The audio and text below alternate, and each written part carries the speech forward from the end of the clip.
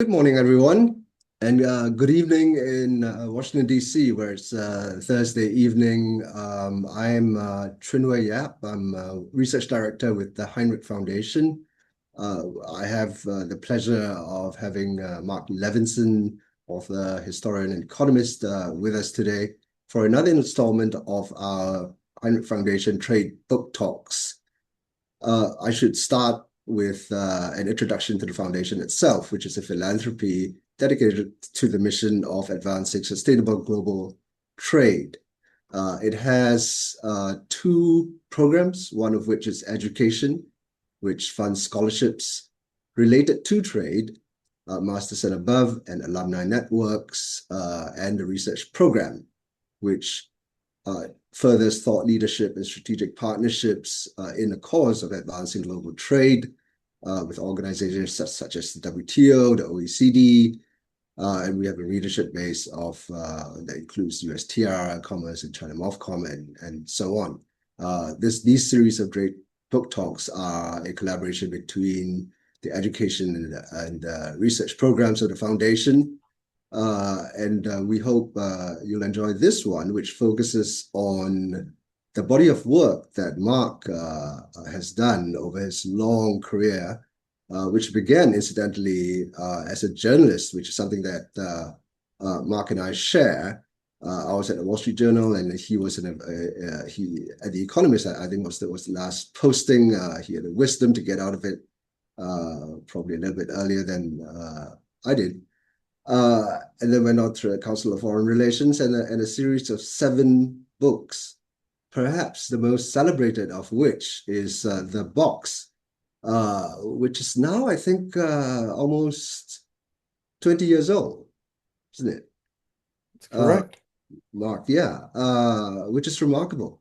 And the book in itself was remarkable in its own right when it came out, because it was one of the first books to take one innocuous aspect of global trade and tell a story about it and its formation as a microcosm of the huge networks of standards and rules and as we see now, the sort of geopolitical struggle that has emerged over those underpinnings.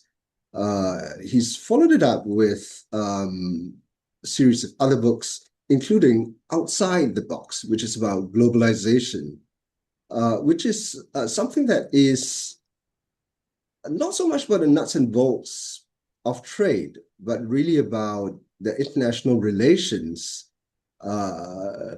which was in contrast to the box. I mean, one thing that struck me about the box, Marc, was always that I think it began in 1956 in the narrative, and it was just remarkable how little of commerce at the time was international. And by the time we got to Outside the Box, it was a book that was entirely about the international aspect of commerce, which now dominates our headlines anyway, and it's a little bit hard for this conversation to not comment as well on those developments.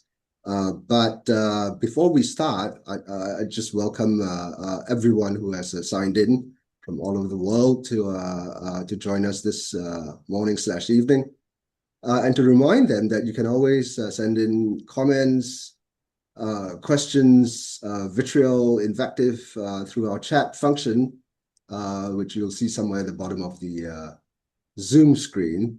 Before I go on, I'll just turn it over to Marc to do a little self-introduction, and then we'll pivot right into the subjects that we talked about. Well, thank you very much. I really appreciate it, Chuin Wei. Yes, I'm an economist and historian. I live in Washington, D.C. My journalism days are long over. I've also worked as an economist and worked in the U.S. government. These days, I just devote myself to writing articles and books and trying to improve my golf game. Yeah. So I've been interested in international trade, and I actually came to containerization and shipping really from the trade side rather than the maritime side. So I have a rather different perspective on. Explain Uh, the distinction between that trade side rather than well, sure. My interest is international commerce and the right, flow of trade and international finance and those sorts of things. So there's some people who are interested in ships. Okay, right, they collect models of ships. They know the details of ships and all of the companies and that have run the ships and that's their fascination. And that's maritime history, and that's really not my orientation. right. I got into the box because I thought there was a need for some exploration of why it was that international trade had grown so rapidly, Yeah, even at times when the world economy was not growing rapidly. And yeah, that really had something to do with transportation becoming much cheaper and much more reliable. yeah. Some of which was due, well, a lot of which was due to the box, Yes, absolutely. the container. Uh, it's interesting to, I mean, I absolutely agree with you. And I guess that's where your thinking, your background, your uh, outlook coincides with ours because we also come at international trade from uh, I guess the best way to put it is the intellectual underpinnings of it. But it's remarkable that outside the box also has, I think it opens with a very vivid description of a mask vessel. I think at the time, the largest that was launched, if I'm not wrong. Um, and when you describe those ships, well, first of all, when you see those ships up close, it's remarkable. I mean, these are uh, well, I used to work for a while at St. Pete Times, and I used to row when I could in the mornings, little canoe, and sometimes I would just wander next to very large ships on the harbor, and I would look up, and it was just amazing. I mean, it was like a skyscraper. Uh, but before we get there, it's also remarkable that outside the box actually expands into that corner um, of globalization where uh, provides a lot of the backdrop of what the box had both facilitated and in a way produced the tensions that we now live with. And one of the questions that you pose in the book obliquely is the question of whether it's over. You marked out three epochs of globalization: first, second, and third. And I think if I didn't get it wrong, your third epoch ended circa 2008, 9-ish, Yes. after which it was a much more, uh, it's where we are now. I mean, we've sort of come to an apogee of that um, ambivalence. Uh, were we ever by nature, a species that are made for globalization? Well, first off, I wrote outside the box because I was annoyed by a lot of very loose talk about globalization. People saying, "Oh, there's nothing new here. Globalization's been around forever." And I think that that's actually not true, and that there have been material ways that international commerce has changed, not only in volume, but in the type of stuff that's traded internationally. And in particular, the big change that came along with containerization, and this is going to be no news to you, is all of this growth in trade in intermediate goods. Supply chains like this just did not exist before the 1980s. And they are really a manifestation of a very different type of trade relationship than we had earlier. Now, is globalization dead? That's sort of what people are asking glibly today. And I don't think so. I think we are seeing that some folks who viewed the world as a stateless place have been shown to be wrong. It's not like borders don't matter. Mhm. I think one reason for that is that people like to belong to something. People want to feel a part of something, and the world isn't a small enough something. People want to be part of a nation. Mm. People want to be part of a society. And the folks who thought you could just erase borders and have everybody living in a big, happy world, I think were wrong on that score. So, in that sense, no, we're probably not made for globalization, at least not the borderless variety. Uh, I think You one of had the a great pressing anecdote about your daughter. Yeah, I think one of the pressing questions here, and I don't want to play sociologist, which I'm not, but how do you get the benefits of globalization without making people feel detached from their roots, not taking away this feeling that they have a home in a country and a place that's theirs? That my daughter uh, is a football fan, soccer, as we say in the States, Right. and uh, she's a big fan of Arsenal, which, as some of you may know, has valiantly tried but failed to win the Premier League for a good number of years. Yes. And I made the suggestion to her a few years ago that it would be much cheaper for her to become an Aston Villa fan. She could get all of the football kit at much lower cost. She didn't particularly like that idea. No, yeah, I would imagine so. Yeah. She wanted to belong to a group of Arsenal fans. What she And does. Yeah. rational economic argument that this other team is cheaper does not win the day. And I just use that as a very small example of people's desire to be part of something small as well as part of something big. They want to have a group that they're in some way affiliated with and a nation that they're in some way affiliated with. And that's got to be part of globalization. Right. Something about the shared values of, I suppose it's been described in the past as something tribal. Um, Probably the wrong word, but it's interesting the parallel between the nation state and a soccer fan club. Um, and I think in many ways what we're seeing today is a manifestation of that. And we had framed this book talk uh, as a discussion about a collision between geopolitics and shipping. I think, it's obvious looking at the headlines that it's become a very apt subject these days.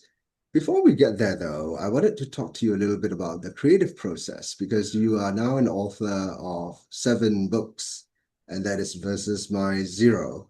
And the box and outside the box are probably the most celebrated among them. And I recall that, when you open the box, you open it with a description of how it just, it just came to you that you were going to write it, and you told some people about it, and then you got really fed up because people will be coming to you with questions and ideas, and after all, you just got so fed up of talking about that you just went off and you said something really striking that stayed with me for a long time, which is that writing is a solitary venture. Um, talk a little bit about that process. Well, first, I guess I would say, and Chinwe, you know this from your own background as a journalist, that everyone who writes has his or her own way of doing it. Yes. And so I don't, for a moment, purport to suggest that there's a best way to do it or a correct way to do it. It's very idiosyncratic. And so people who write find the best way to do it. I tend to work in a very linear fashion. I start at the beginning and work my way through the story. While I have a general outline, things develop as the story moves along and as learn more about it. Uh, Not everybody does it that way. This means that it's tough for me to work on more than one book at once because I'm wanting to march through one before I move on to something else, whereas other people can juggle multiples. So it's just a very individual sort of thing. Mm. Uh, so I typically will spend uh, just time sitting in front of my computer writing, and I'll work out a paragraph, I'll work out a page, I'll work out a chapter, and then work on it some more uh, before I move on to the next one. So I tend to edit myself rather extensively day by day. And again, that's not necessarily the practice of everybody else who writes books. It's really very individual. Yeah. Your first was you were just telling me after Reagan. That was your very first, right? Right, and that was just a more standard policy book, which had relatively a small readership. But in my books since then, I've devoted a lot of effort to developing anecdote because, frankly, Yeah. readers relate to people. Absolutely. That's what I've When always, when you when we're can tell a journalists, story through people, right. humanize a story, Exactly. it makes it much more interesting to people, and so I concentrate on that. Yeah. Yeah. That's an axiom that I live by. People relate to people. People want to read about people. Um, they want to see some themselves in others and whether there are differences or there are similarities. I imagine you still get questions about the box these days. I think we were discussing some of them. Some of them relate to standards. I think you were telling me about a bunch of very disparate and very interesting crowds that you've spoken with in relation to the box about, well, how do you relate that to the modern evolution of trade standards? Yeah, I still get a lot of questions about the box. I was at a meeting earlier this evening, and someone had never met came over and introduced himself to me and told me that he had read the box 10 years ago in graduate school. That happens fairly frequently. Yeah. And I've found that a couple of the aspects, well, people are certainly interested in international trade and shipping, no question about that. But a couple of the things in the box have become really very interesting to people with no connection to trade or shipping. One is that I have a chapter on standards. Okay, the negotiations first in the United States in the 1950s and then internationally in the early 1960s about how long a container should be, how wide it should be, where the doors should be, where the interior supports should be, and so on. Mm. And those negotiations really went on for about 10 years after the first modern container voyage in 1956, before agreement was reached on what we know today as the standard 40-foot container. Mm. It turns out that there are a lot of different industries for which standardization is a big issue. Mm.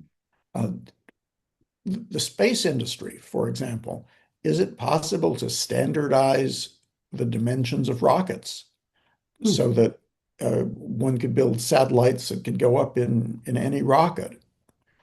Uh, is it possible to standardize the way geospatial data is presented so that, Spatial data, right? Yeah. yes, yes. Oh, Uh, yeah.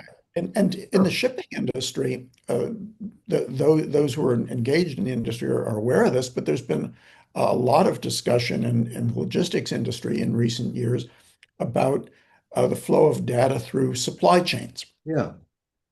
so that shippers can know where their cargo is at all times and what temperature it is and when it's going to arrive and whether anyone's tampered with it and so on and so on. And there has been some progress made here, but there has not been as much progress as people had hoped in standardizing the way that this data is presented Mm. and recorded.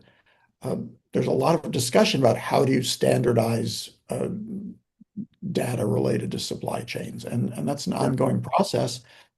People keep looking to the standardization of the container itself, and it turns out that it was a lot simpler to standardize that than to standardize data flows.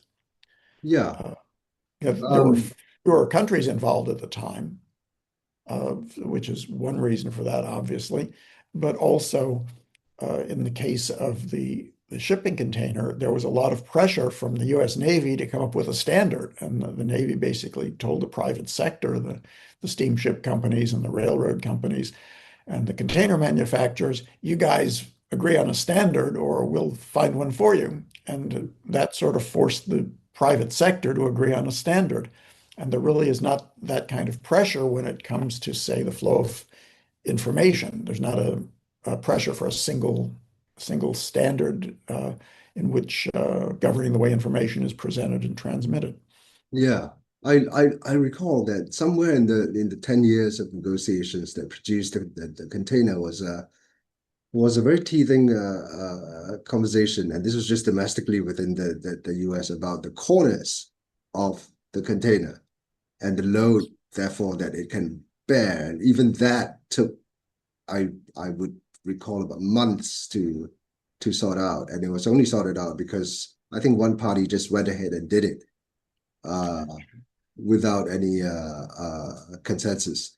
And now, pivoting to the standards of the space industry, really interesting because we've commissioned a series on the space trade, which is a really emerging sector that has not been explored enough. But certainly in digital policy, you see that as well. The number of countries now involved, it seems to me that the discussion about standards, which already, as you documented in the box, took 10 years, becomes hugely more difficult with the number of countries that are involved, especially with the two largest at odds uh, over a lot of security issues that now permeate the discussion that we were having about whether we are a species that are inherently made for globalization.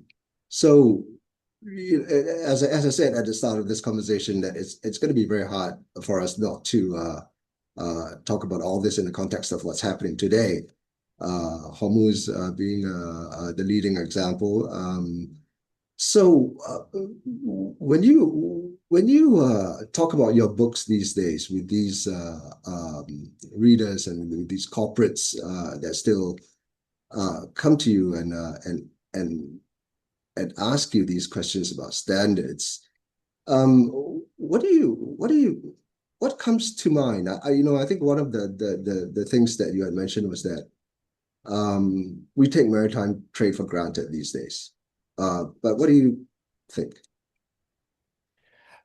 I, I think this takes a lot of patience and a lot of pushing to achieve these standards. And I don't think that's a problem unique to the standards for shipping and supply chains. You have many, many players in the official sector, many countries. When the standards were reached on container size and so forth, it was basically the US, Canada, Japan, Europe at the bargaining table at the International Organization for Standardization. And now you'd probably have 150 countries at the bargaining table, and it's really hard to reach agreement about much of anything with 150 parties. And then, of course, you have the individual parties trying to protect their own interests. I think where this may eventually go is that you will see certain powerful parties, and those may well be corporations rather than governments, that end up insisting that their standards be put in place for commerce affecting them. Okay, and if that happens to be a very large company, a very large ship, or a very large transportation company, Maybe those standards will be adopted by others because they want to continue to do business with that entity. And that's really one way to make standards bite, Yeah. but it's going to be very hard to have them adopted universally. And Yeah. people are trying very hard, no doubt about it, but it's tough. Yeah. The shipping industry is one that is notoriously resistant to going paperless. Uh, Governments have been all over the world, including in Singapore, the largest transshipment hub in the world. Uh, and it remains that way. I mean, bills of lading, it still is very much a paper protocol. Um, and that's in contrast to, say, digital, where um, companies are very much engaged in the uh, attempt to craft policy. Um, Increasingly, you find that governments um, are getting much more involved, are trying to set the pace, but it's not working out that well. I mean, we talked about attempts to block the Chinese built ships from global commerce, control of port terminals on a governmental basis. Is there a disjunction between policy goals here in the international conversation versus what the companies want? With respect to standards in particular? Uh, Both with respect to, yeah, I mean, that's where I began the question. Yeah. Well, Um, let me point out a yeah, couple of things about the complexity of the industry that might help explain that. right. One is that you've got an enormous number of companies that are involved, or enormous number of entities that are involved in one way or another in the logistics industry. Some of them are uh, dealing with very high value merchandise, and they don't really care so much about costs. Others are dealing with much lower value merchandise, and things that change cost structures are very important to them.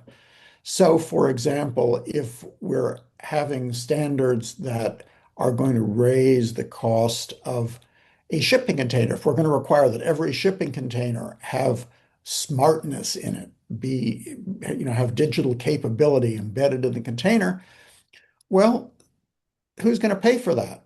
If it's a pharmaceutical manufacturer shipping in that container, no problem.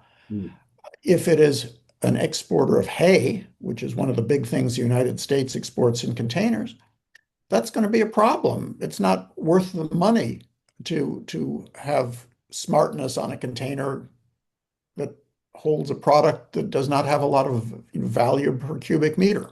mm, So there are differences within the shipper community as to uh, what is of value. mm, And a lot of what is happening with digitization, or digitalization, as they call it in the shipping industry, has the potential to raise fixed costs. mm, There's a potential for increased automation in ports, increased information technology in ports, and that is a fixed capital investment effectively. If you're running a container terminal, you've got to make the payments to keep your systems in operation and up to date. And if your business isn't so strong, then that fixed cost will be a burden. So there are reasons why various entities are not on the same wavelength when it comes to making a seamless system for communications and management of information flows. yeah.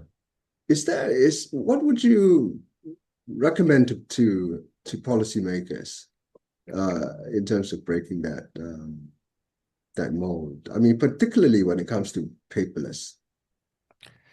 Well, some parts of it I think are fairly easy to break, others not. And I think it's worth considering how much standardization is really necessary and desirable. I will give you an example going back to the humble shipping container. Yes, there was agreement on the width of the standard container. Yes, there was agreement on the length of the standard container. There was also agreement back in the 60s on the height of the standard container. And it turned out that that really wasn't necessary. Okay. That it was possible for uh, ship lines and railroads and trucking carriers and cranes in container terminals to handle containers of multiple or various heights. Hmm. So unlike width, which had to be agreed on, there had to be a uniform standard. There didn't really have to be a uniform standard for height. Oh, yeah. And there may be a lot of different standards where it's actually not that important to have uniformity. So I think it's useful to think about what really has to be standardized and what isn't so essential to be standardized. Yeah. Yeah. That was the bit about the discussion about the corners because it related to the heights, if I Yes. recall. Um, and that It was one. related to the ability of any container crane in the Yeah. world to Yeah. handle a container. And Yes. so that was something that it was important to standardize. Right. But there are other aspects of it that um, matter less. Is it essential that the floor of a container be standardized? Mm. Perhaps not. Yeah. So a lot of it is actually government getting out of the way. Uh, it helped, of course, that the U.S. Navy sort of made that sort of quasi threat. Um, uh, a lot of it comes down to, I mean, at least in the international venue these days, particularly with the recent conclusion of the WTO ministerial, which our chairman, described as not even a respectable near miss, and I completely agree with him. International trade rulemaking these days, whether it's multilateral, bilateral, or plurilateral, which I know is a term you don't particularly like, and I tend to agree with you on that as well. Um, has the system just fallen apart in your view, and what might come after? Parts of the system have fallen apart. Uh, Parts of the system are still in place. And I think we're seeing that national governments are struggling to figure out what should come next. We're seeing right now really a plethora of trade agreements between uh, two governments, between a small community of governments, continent-wide in some cases. Uh, Okay, yeah. I think the idea that the World Trade Organization, with 166 members, is going to come back and be a significant force in trade policy looks improbable at this point. And so countries are grasping for solutions. Mm, Uh, the United States, as you know, has been eager to sign what it terms reciprocal trade agreements, which are one-on-one agreements between the United States and another country. It's signed a dozen or so of those at this point and claims to be negotiating many more. And some other countries have done the same thing. Uh, these have some issues. The ones that the United States has signed tend to be quite one-sided. The United States makes a commitment to lower tariffs, probably the tariffs that were imposed last year. And in return, it expects a large number of commitments from its trading partner. So it's not like oh, I'll give you one and you give me one. It's much more like uh, we'll reduce the tariffs and you'll do this and that and the other thing. mm, The United States, for example, has an agreement with Argentina, 37 pages, uh, which starts out with the United States agreeing to lower its tariffs on Argentina. Uh, the United States also promises not to impose duties on electronic data transmissions. And that's about all the United States promises in this 37-page agreement, in which the phrase Argentina shall appears 113 times. Yeah. It's quite an unbalanced agreement in that way. Yeah. And of course, that raises the question of how long this sort of agreement is likely to survive. Will internal political forces eventually ask questions of the government in Argentina? Is this a fair deal? Should we have done this? And you see much the same thing in the agreements with other countries. Uh, Indonesia signed an agreement with the United States. Okay, it agreed that um, it would not conduct additional safety checks on imports of U.S. dairy products. The United States didn't make any such commitment with regard to Indonesia. It's a one-way commitment. Mm, Indonesia agreed to purchase at least 163,000 metric tons of U.S. cotton every year. The U.S. didn't agree to purchase anything from Indonesia. mm, So again, how is this going to look in terms of domestic politics mm. in Indonesia? Are people going to raise the question of whether this is really a fair deal? And if those questions are raised in various countries, then these agreements may not have a real long lifetime. Yeah. We are actually about to publish a paper precisely on this issue when it comes to Indonesia on Tuesday with my Derek Grossman, who's a fellow at the Institute of Southeast Asian Studies here, where he makes the same comparison you do, which is remarkable. He said the term Indonesia shall appears 200 times in the agreement, and the term the United States shall appears 9 times in the agreement. A lot of it were agricultural concessions, as you pointed out. I don't know whether they've taken into account the GMO, the genetically modified component of it.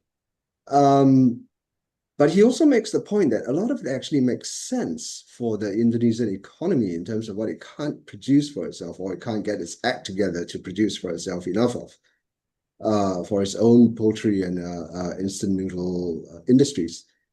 But the political cost that it incurs for Prabowo at home, having to explain and he's getting a lot of flack for it in terms of the concessions that he appears to have given. It necessarily was a pivot away from overdependence on China, which also makes some strategic sense for Indonesia. But similarly, I mean, it's such a parallel, it's such a good parallel with the one that you raised with Argentina.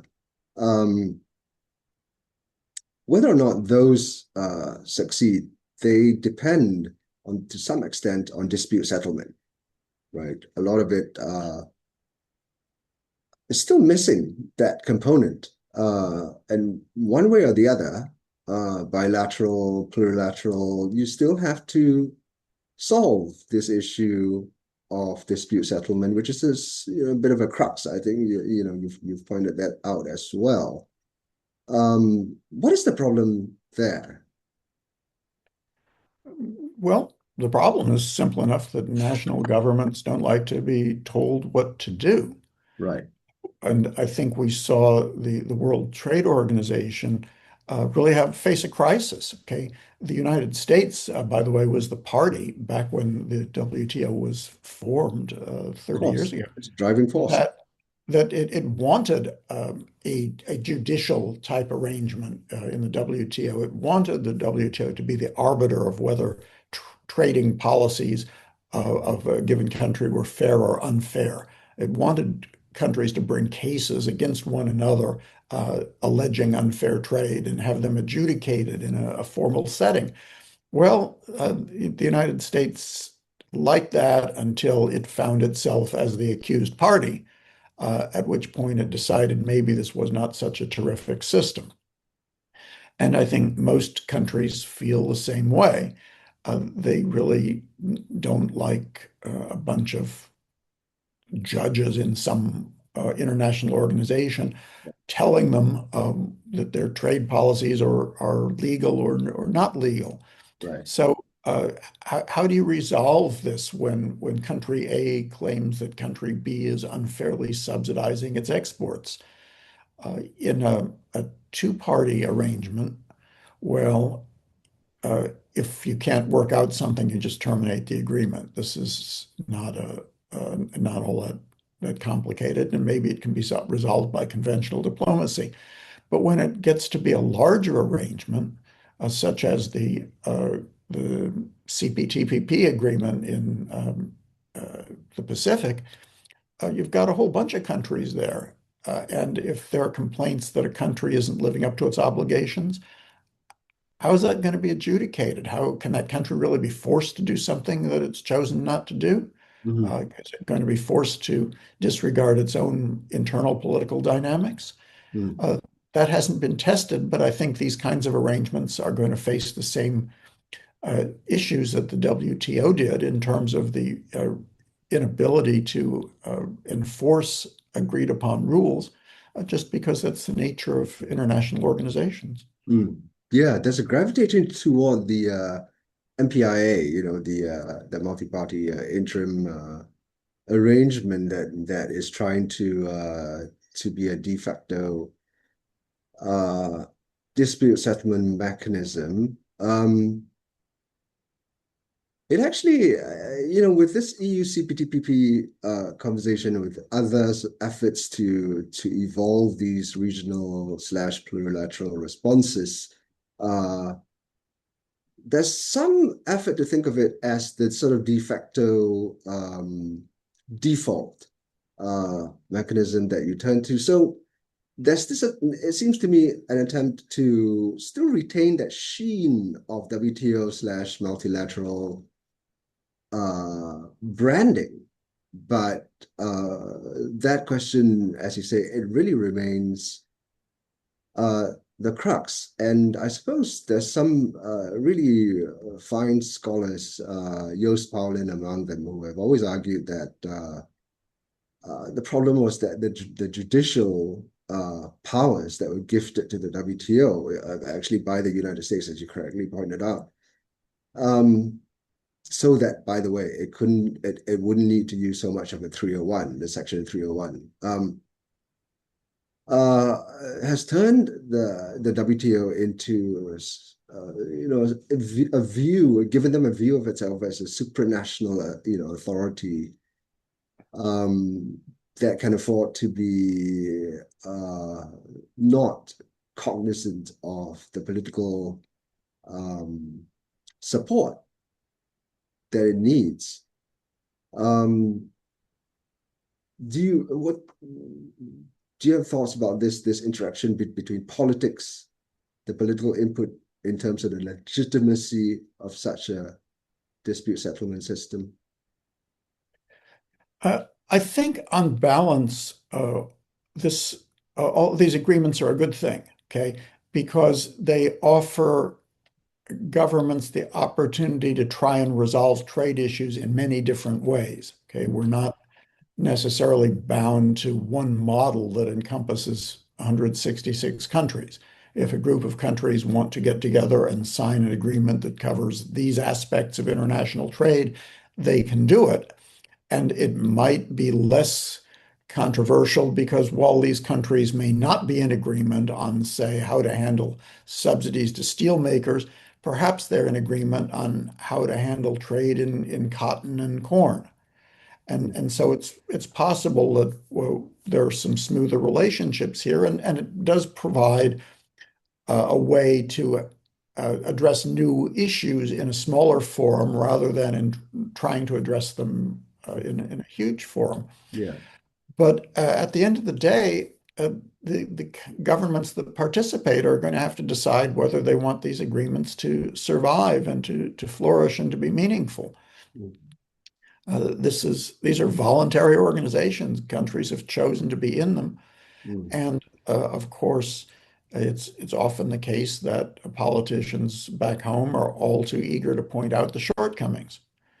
And so it's a question of leadership and willing to compromise with other countries and willing to, at times, pay a political price at home.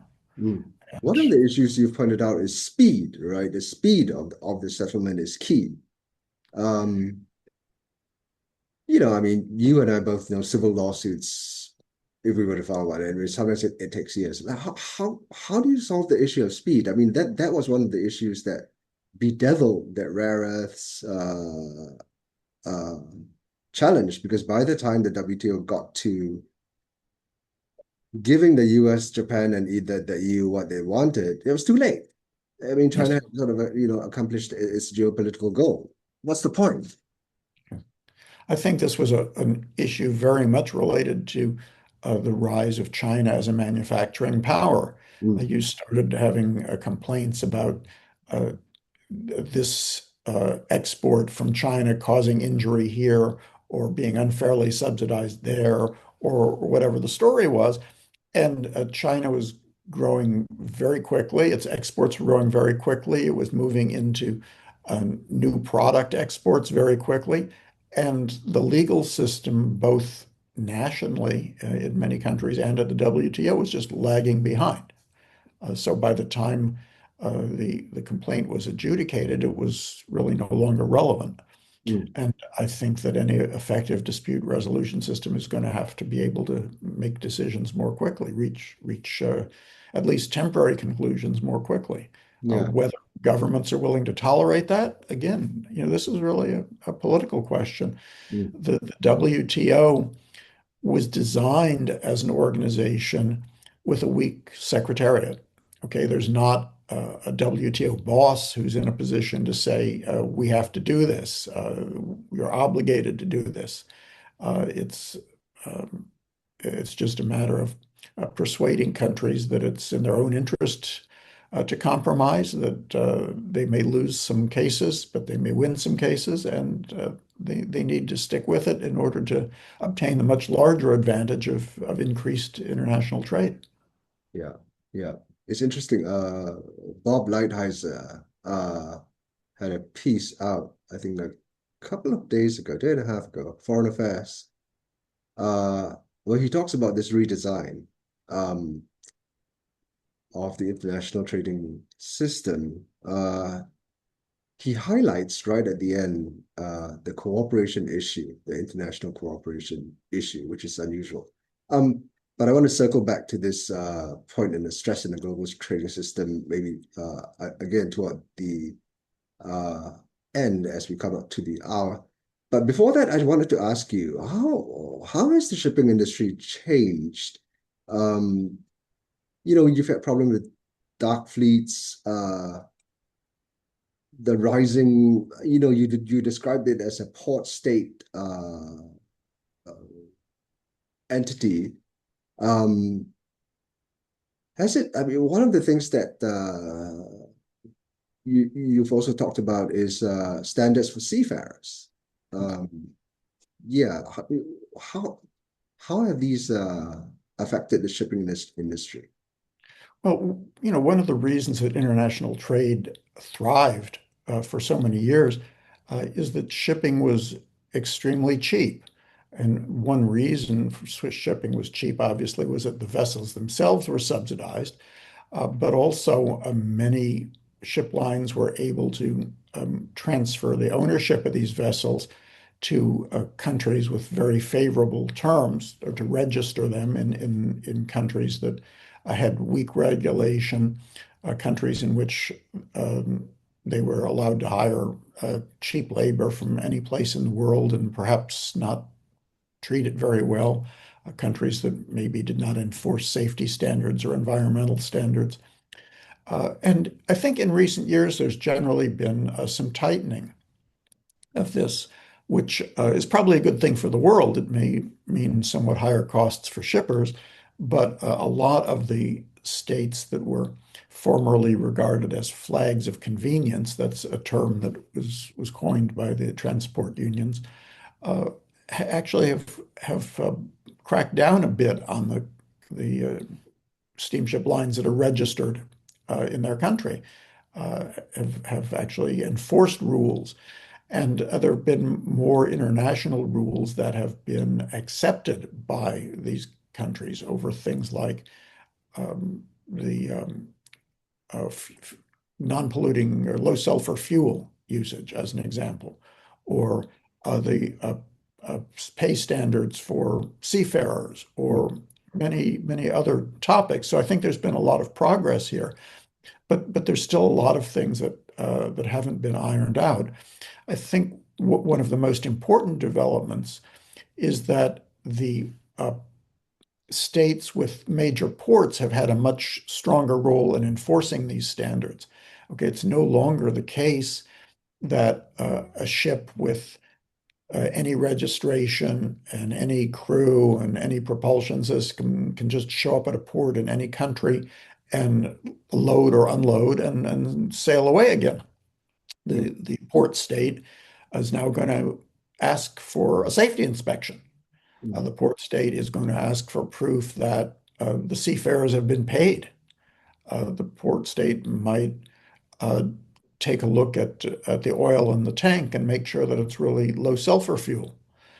So there's been, I think, some improvement in the standards because of that, but it also then complicates life a little bit for shippers by raising costs.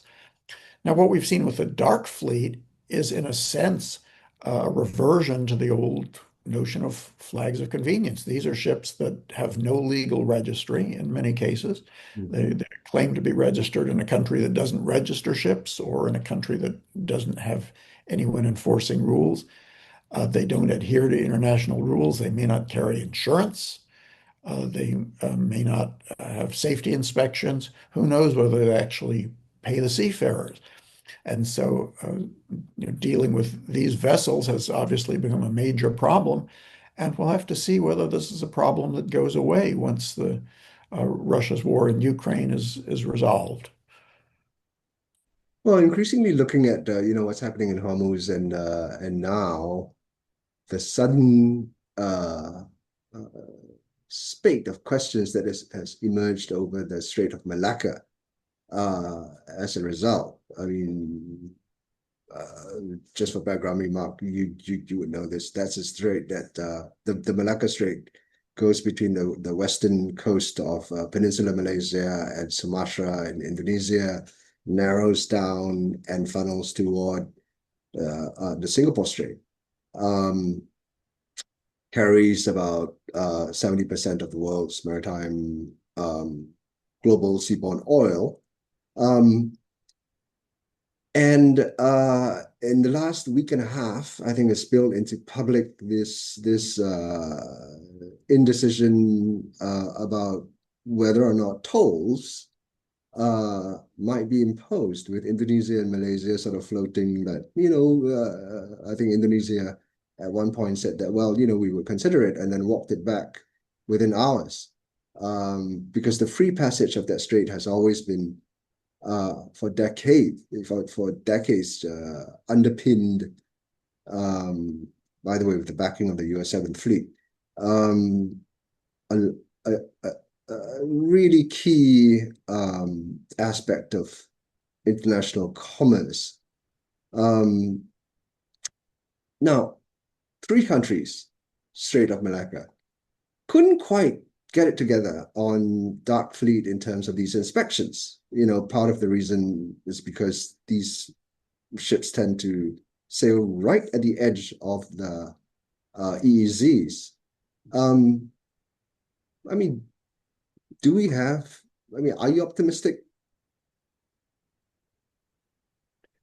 About the, about the about the whether governance issues. countries, even just three, I think you see a lot of differentiation in different parts of the shipping industry here. yeah, Okay. yeah. Uh, the containers typically move on a handful of very large carriers, very well known, very well established, uh, and the carriers are very exposed to the concerns of their very powerful customers. Okay, Mm, the large multinational manufacturing corporations, the big retailers. So there's a lot of discipline in that part of the industry, and they're going to obey the rules, and they don't. No retailer wants to be in the news because it shipped its goods aboard a carrier that failed to pay its merchant seafarers. mm, So there's some discipline built into the system. It's a bit different if you're talking about the oil trade, for example, or perhaps parts of the livestock trade where you're dealing with parties who are not necessarily well known and maybe not well capitalized and may not much care about public opinion, and the pressures are different. mm. So it's hard to see how that works out. Yeah, I doubt we're going to get into a situation in which everybody charges tolls. I think that's probably going to yeah, go away pretty quickly. yeah. And ultimately, what happens there at its root is has a US-China dynamic behind it. And I think we talked a little bit about the role of the US and the emerging and very consequential role of the of China. Uh, and you see China sort of recognizing this as well. I know your overall sense is that you do not see China as a threat behind every tree, as you put it, but you also see some grounds for critique of China's role now in the international trading system. Do you want to talk a little bit about that? Sure, China wants to be a leader in the system, and I mean it should be a leader in the system. It's a very large and increasingly wealthy country, and it obviously is the major manufacturing country in the world at this point. But part of leadership is that it's going to have to take some measures to keep the system functioning. And I think one of those is to deal with its surplus in goods trade. It's got an enormous goods trade surplus at the expense of many other countries. And those other countries regard this as unfair for obvious reasons. And so I think the Chinese government needs to find ways to deal with this, uh, or else it's going to be very hard to sustain an open trading system that encompasses as many countries as it probably should. Yeah, and we are seeing another China export surge. It's a politically difficult question for them as well. It's like with the levers that they have to stoke consumption at home are fairly limited. We've had other book talks that have addressed those issues. I mean, we're coming up on the hour. We do have a question from the audience. They want to know what your next book is about. Have you given that any thought? Yes, I have a book that will be published this autumn, Oh, uh, congratulations. So which and one is that? it is a biography. I've never done a biography, and I wanted to do one. So this is a Wow. biography of James E. Casey, who founded the company that became United Parcel Service back in 1907 Yeah. and was involved with the company as the CEO for 55 years and was involved with the company as a CEO and then as a director for 76 years. Hmm. So he really had a major hand in uh, the growth of modern globalization by developing a company that's really so critical to the modern world economy. He was a man who was very imaginative, very determined, and totally obsessed with parcels. Yeah. So he makes an unusual subject for a biography, but you'll be able to read more about him come this autumn. Yeah. I see that he fortunately passed away in 1983. I'd be very curious what he thinks about de minimis and the treatment of de minimis. What do you think he would think? Uh, You know, I think he would have looked at it from the point of view of what his company needed to do to adapt. Okay. He would have said, this is starting to happen. Uh, are we doing the right things to attract this business? And if not, we'd better do them quickly. He was a man who turned around his company several times to keep it on the leading edge of a fairly boring industry. Parcel transportation was not an exciting industry. Yeah, Uh, and he was constantly pushing uh, new ideas and watch out for the competition because you don't think it's there and it's going to kill you. yeah. Well, I can't wait to read it. Did you have a date of release? It'll be released in October. Oh, fantastic! Congratulations, Mark. I'm looking forward to getting it. I'll probably get it on Kindle. But thank you so much. It's been such a pleasure chatting with you today, Mark. Is We've been in touch now for I think about 2, 3 years, and I've always enjoyed every conversation with you, and it's such a privilege having an insight into what you think about the state of the world today in terms of trade. So thank you. Well, Chuin Wei, thank you very much. It's great to talk with you. I think the Hinrich Foundation is doing great work, and I'm glad to be on your show. Thank you. And thank you to everyone who joined us this morning. Yeah, in the evening.